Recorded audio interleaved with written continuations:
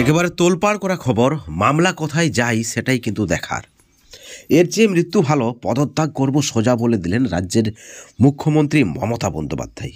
বন্ধুগণ, সন্ত্রাসবাদ নিয়ে মুখ্যমন্ত্রী মমতা বন্দ্যোপাধ্যায়ের নাম ধরে অভিযোগ করেন বিরোধী দলনেতা শুভেন্দু অধিকারী, এবং বিধানসভায় এই বক্তৃতা দিতে গিয়ে একেবারে পাল্টা রাজ্যের মুখ্যমন্ত্রী, যিনি হিন্দু ধর্মের কথা বলছেন, আমিও কিন্তু ব্রাহ্মণ, এমন এই বিস্ফোরক মুখ্যমন্ত্রী মমতা বন্দ্যোপাধ্যায়। তিনি বললেন, আমার বাবা স্বাধীনতা সংগ্রামী, আমি নাকি হিন্দু ধর্মকে তাচ্ছিল্য করি, মুসলিম লীগ করি, এই অভিযোগ নাকি আমার সঙ্গে জঙ্গি যোগ, আমাকে জঙ্গি নেতা বলছেন।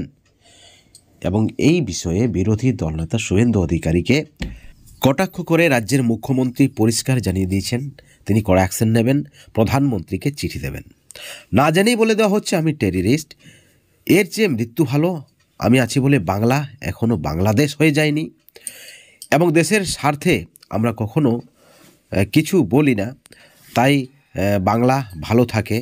বিরোধী দলনেতা যা বলেছেন প্রমাণ যদি করে, তাহলে আমি অবশ্যই পদত্যাগ করব। অর্থাৎ সরাসরি রাজ্যের বিরোধী দলনেতা শুভেন্দু অধিকারীকে চ্যালেঞ্জ ছুড়ে দিলেন রাজ্যের মুখ্যমন্ত্রী মমতা বন্দ্যোপাধ্যায়। বন্ধুগণ, এই মুহূর্তের অত্যন্ত বড় খবর একই সঙ্গে পাল্টা দিয়েছেন রাজ্যের বিরোধী দলনেতা শুভেন্দু অধিকারী। তিনি বলেছেন, জঙ্গি বক্তব্যে অপমানিত, অথচ জাভেদ মুন্সিকে কেন ধরতে পারছে না? এবং এই প্রশ্নের উত্তর কিন্তু এখনও তৃণমূলের পক্ষ থেকে পাওয়া যায়নি।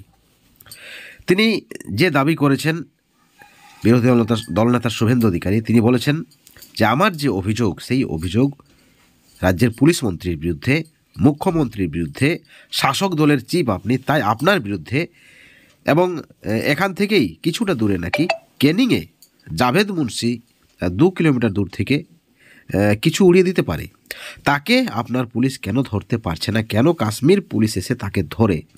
অর্থাৎ এই ব্যর্থতা রাজ্যের ব্যর্থতা, এমনটাই কিন্তু বিরোধী দলনেতা শুভেন্দু অধিকারী দাবি করেছেন।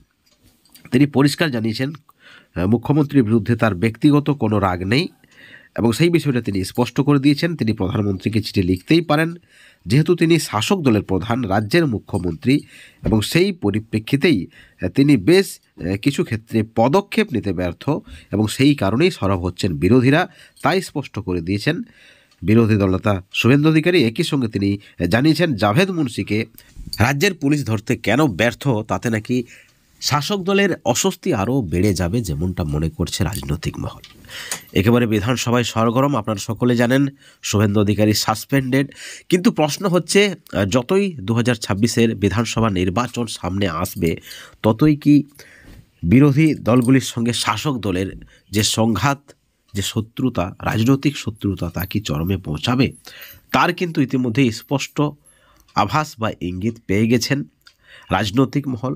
2026-এ বিরোধিতা চরম পর্যায়ে পৌঁছাবে, এবং সেখানে যেভাবে মুখ্যমন্ত্রীর বিরুদ্ধেই অভিযোগ তোলা হয়েছে, তা কিন্তু একেবারে কার্যত নজিরবিহীন, ঐতিহাসিক বলে দাবি করছেন রাজনৈতিক মহল। এখন দেখার বিষয়, রাজ্যের মুখ্যমন্ত্রী মমতা বন্দ্যোপাধ্যায় বিরোধী দলনেতার করা মন্তব্যের পরিপ্রেক্ষিতে কি অ্যাকশন নিচ্ছেন। তিনি শুভেন্দু অধিকারীর বিরুদ্ধে মুখ্যমন্ত্রীকে চিঠি দেওয়ার কথা বলেছেন, চিঠি দিচ্ছেন কিনা, সেখানে কি অভিযোগ থাকছে, প্রধানমন্ত্রীকে তিনি নাকি চিঠি দেবেন।